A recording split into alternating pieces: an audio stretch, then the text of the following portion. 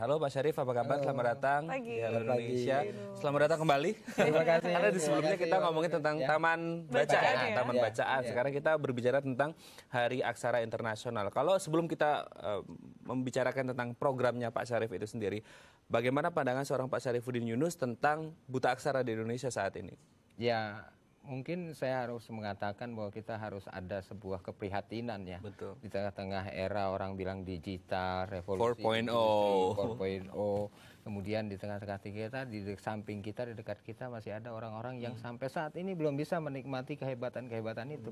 Karena apa? Karena dia belum bisa baca, belum bisa tulis. Jadi itulah yang sebenarnya harus kita tuntaskan dalam konteks ya termasuk pendidikan gitu ya. Oke, dan Pak Yunus ini akhirnya juga bersemangat untuk mengentaskan ini ya tadi artinya buta aksara dengan membuat sebuah gerakan yang bernama Gerakan Berantas Buta Aksara atau Geberbura ya Pak. Itu Geberbura Apa sih yang ingin dicapai dari gerakan yang diinisiasi oleh Pak Yunus ini? Ya, Geberbura ini sebenarnya singkatan dari Gerakan Berantas Buta Aksara. Sebenarnya Geberbura Lentera Pustaka, karena ini satu paket dengan Taman Bacaan Lentera Pustaka yang saya dirikan sebenarnya. Nah, jadi sebenarnya ini intinya adalah semangatnya sederhana untuk mengajak pada ibu-ibu, bapak-bapak di kampung-kampung yang relatif sebenarnya mereka ini nggak terdeteksi sebagai buta aksara gitu ya, nggak terdeteksi saya yakin gitu ya.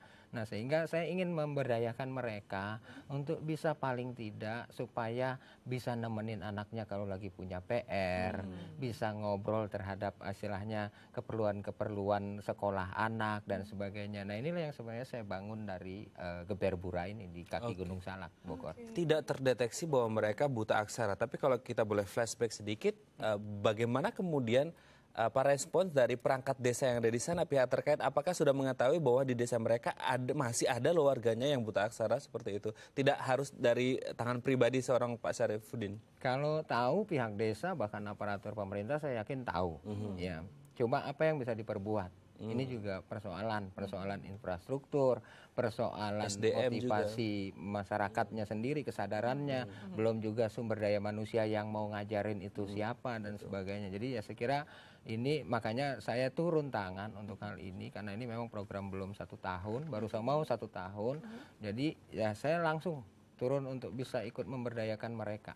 Gitu ya, para kaum buta aksara. Baik, Pak Yunus awalnya ini kan tadi sempat disebutkan kalau tidak terdeteksi ya, kenapa sih kok bisa gitu? Maksudnya aparat pemerintah terdekatnya mungkin tahu gitu ya, seperti perangkat desa, tapi kenapa akhirnya ini akhirnya bisa Pak Yunus gitu yang menemukan? Dan kalau dari sisi jumlah, saat ini berapa banyak warga di desa Sukaluyu yang buta aksara Pak? Ya, jadi Geberbura ini lahirnya agak lucu. Di bulan Oktober tahun lalu 2017 ada seorang ibu dan bapak itu kemudian ada spanduk besar ukuran 4x4, background warna kuning, tulisannya besar-besar punya acara saya itu. Terus dia liatin aja ke spanduk itu. Terus saya tanya, itu bacanya apa? Ternyata dia geleng, nggak tahu yang dibaca itu apa. Nah, terus saya bilang, itu huruf yang besar itu kayak apa? Nggak tahu juga. Jadi yang kamu lihat apa?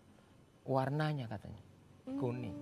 Nah, saya langsung tanya, ini ada berapa orang kayak teteh, saya bilang kayak ibu, kayak bapak ini. Ada teman-teman yang lain di sini banyak Pak katanya. Yaudah sekarang kumpulin aja deh 2, 3, 4 orang. Saya bilang udah nanti saya ngajar langsung. Jadi itu idenya sesederhana itu.